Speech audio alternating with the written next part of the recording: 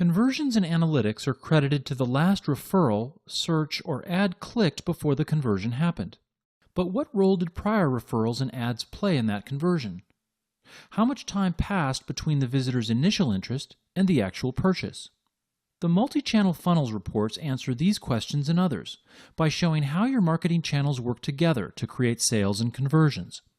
The reports are generated from conversion paths, the sequence of channel interactions that lead up to conversions. Google Analytics can track visitor interactions with search engines, referral sites, social networks, and even offline channels. In path length, we can see that most of our conversions happen with a single interaction. But looking at the yellow bars, we can see that over 30% of the revenue required at least 2 interactions. Let's focus on just one kind of conversion. Almost 40% of these conversions required 2 or more interactions. Let's narrow it down further to just the conversion paths in which customers interacted with one of our AdWords ads. Over half of the revenue from these conversion paths required at least 2 interactions. Let's look at the time lag report. It shows how long our conversion paths are in days. In this case, 78% of conversions happen during a single day of interactions. The top conversion paths report shows the unique sequences of interactions that led up to conversions. Looking at the first path in the table, we see that the most common conversion path for our customers was 2 interactions with Google Organic Search, and there were 41 conversions from this path. Grouping by medium, we see that the most common conversion path was 2 interactions with Organic Search. Grouping by source, we see that the most common path was 2 interactions with Google. Since we have so many interactions with Google Search, let's take a look at which keywords were involved. We'll select Keyword or Source Medium Path. The most common path was 2 searches for Google Store.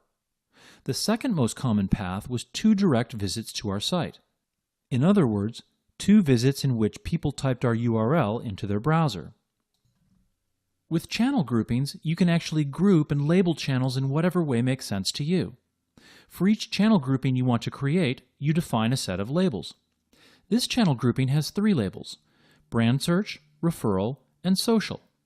Since we're analyzing data for the online Google Store, the brand search label is defined as any keyword search with the word Google. And we've set up the other 2 labels to group together the channels we want. Once the channel grouping is defined, it's available to select in a report. So here, after selecting that channel grouping, we can see how brand searches, social sites, and other referrals all interact to drive conversions.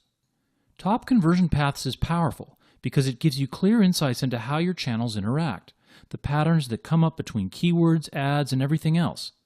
Understanding your conversion paths and your customer behavior in this way can help you make campaign management decisions. Often, you want to understand the role that each channel plays in conversions. For example, which channels and keywords tend to initiate a sales cycle? This is the role of first interaction.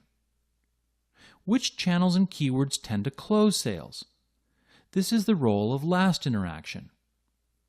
And which channels and keywords are visitors interacting with during the sales cycle, but prior to actually buying?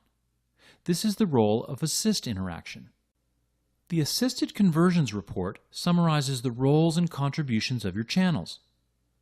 Assisted conversions and assisted conversion value show the number and monetary value of sales and conversions that the channel assisted.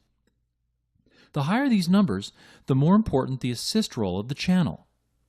Last interaction conversions and last interaction conversion value is the number and monetary value of sales and conversions that the channel closed. The higher these numbers, the more important this channel was to closing sales and finalizing conversions. Assisted to last interaction conversions summarizes the channel's overall role. A value close to 0 indicates that the channel closed more sales than it assisted. A value close to 1 indicates that the channel equally closed sales and assisted them. The more this value exceeds 1, the more the channel assisted sales and conversions. Click First Interaction Analysis and you can see which channels initiate conversions. First interaction conversions and first interaction conversion value show the number and monetary value of sales and conversions that the channel initiated. The higher these numbers, the more important the channel's role in initiating new sales and conversions. For first to last interaction conversions, a value close to 0 indicates that a channel closed more sales than it initiated. A value close to 1 indicates that the channel equally initiated and closed sales. The more this value exceeds 1, the more the channel initiated sales and conversions. You can see these metrics for all your channels, and even your channel groupings, down to the keyword level. You get important insights into the role that each of these traffic sources plays in your conversions. That's an overview of the multi-channel funnel reports. Thanks for listening.